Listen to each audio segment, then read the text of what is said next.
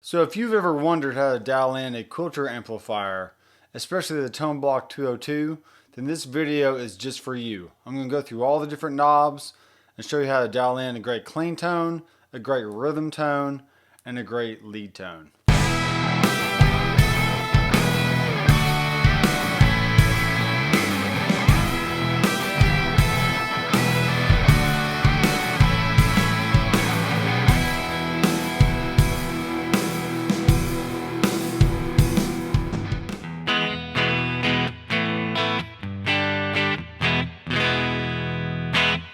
Alright, so let's go over the knobs of the Quilter Toneblock 202. We have the gain, limiter, bass, mid, and treble, reverb, and master.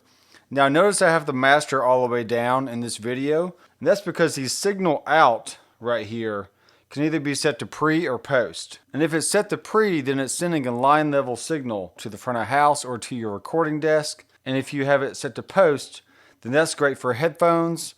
You can dial in the master volume for your headphone level. I could turn up the master right now and hear the cab in the room, but I have kids sleeping next door and I'm going to keep it quiet for this video. So all the sounds you're going to hear is coming from the signal out.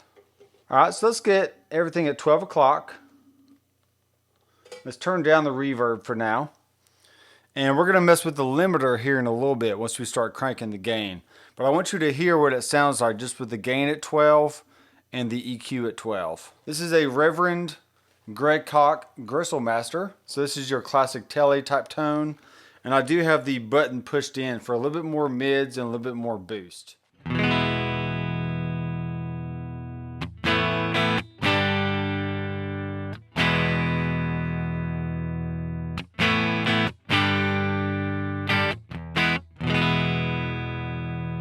So there's your typical squeaky clean type tone, but I feel like you get a fuller tone once you start getting the gain up to 2 or 3 on the dial. So let's go ahead and bring it up just a little bit.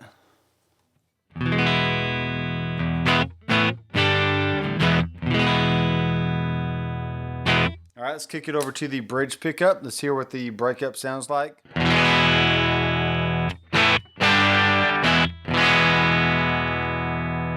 Then back to the neck.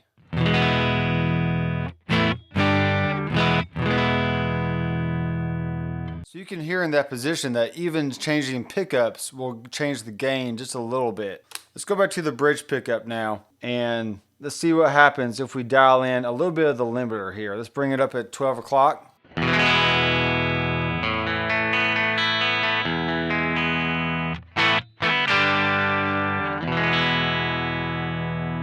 And back down.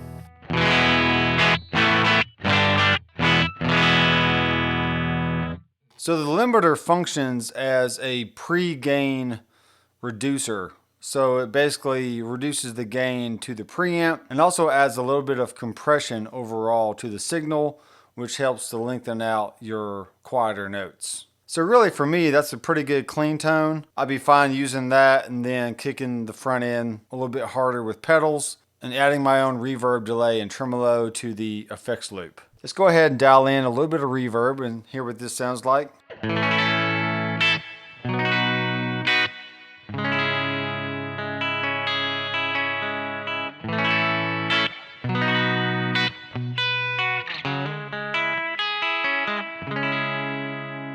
Let's go to the middle pickup on this sound.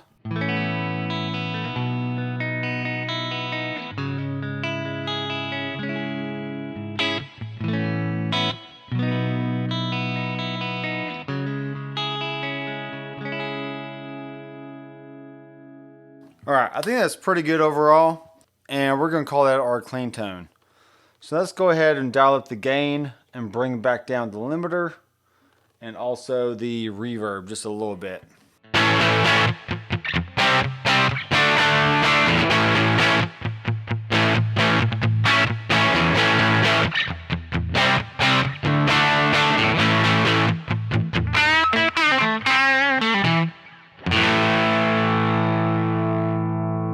Alright, let's go to the neck pickup.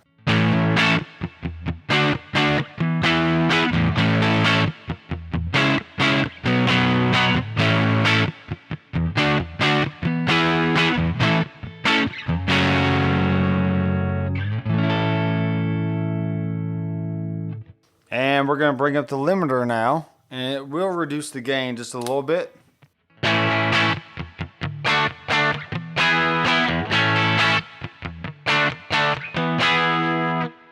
limiter back down.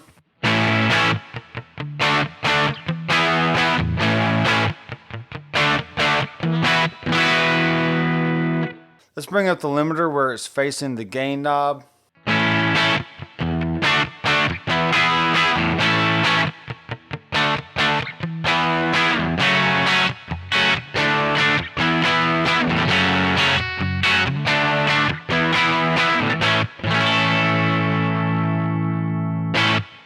Alright, so for me that's a pretty good crunch tone right there.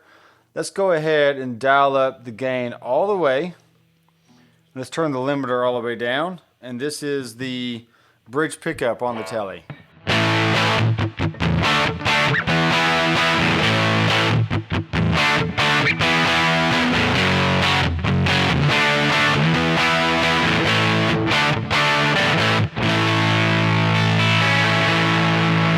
Now this is my personal preference here, but I really don't like the gain turned all the way up on quilters. They just tend to have that solid state kind of top end fizz that, you know, most people don't like. So what I'll usually do is I'll dial it back just a little bit, maybe around 8 or 9 on the dial instead of on 10, and then this is what it sounds like.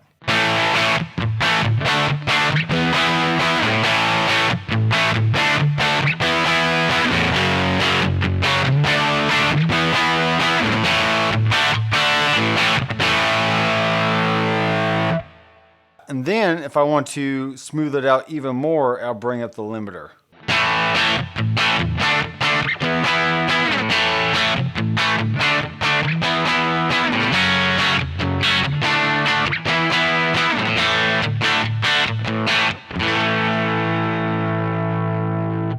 Okay, so those are my 3 basic clean, crunch, and lead tones.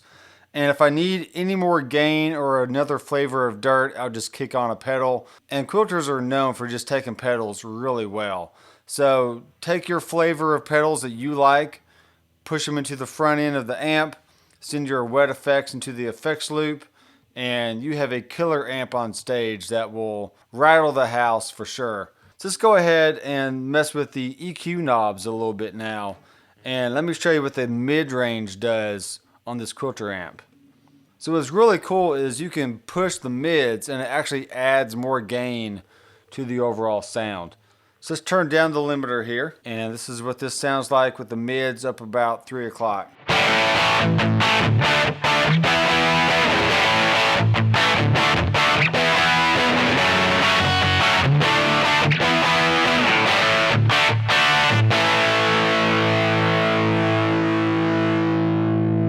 And back down.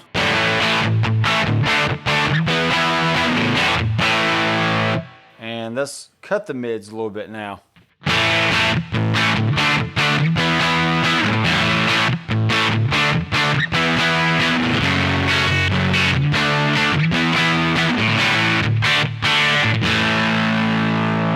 Another rule of thumb that I like to apply is when I have more gain in the signal path, I usually turn down the bass a little bit.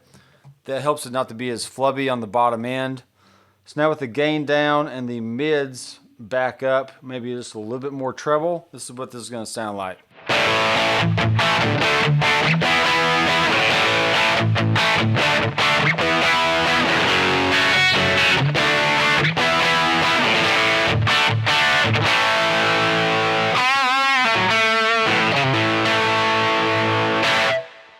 Alright, now let's dial back the gain just a little bit and turn up the limiter. Let's hear what this setting sounds like with a clean tone.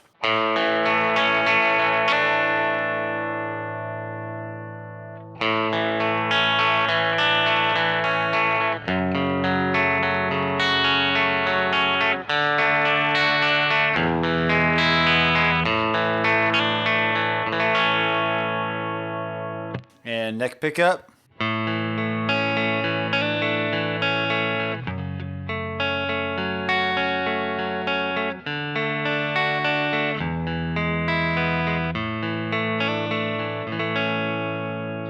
And let's cut the mids now and hear more of like a sparkly Fender type sound. Let's go ahead and turn up the reverb on this one.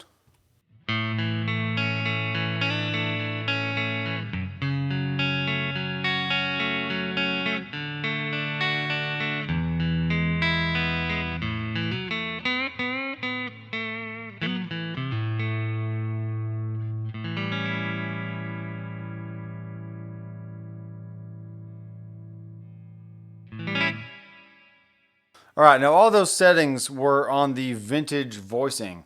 Let me go ahead and play it on the full Q just real fast so you can hear the difference on this clean tone.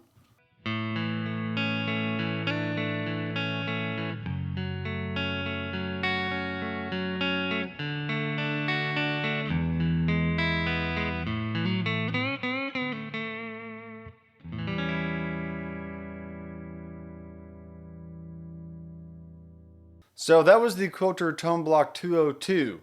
Let me know your thoughts down in the comments and what you would use this amp for in a live situation or in the studio. If you're struggling with dialing amp tones and even pedals, I have a free Tone Tips PDF that you can download for free by clicking the link in the description. And while you're down there, you can also check out some other links where you can donate, buy things through my affiliate links, and also sign up for my all access bundle through my website. Thanks so much for watching. I am Dr. McFarland, and I will see you in the next video. Keep rocking.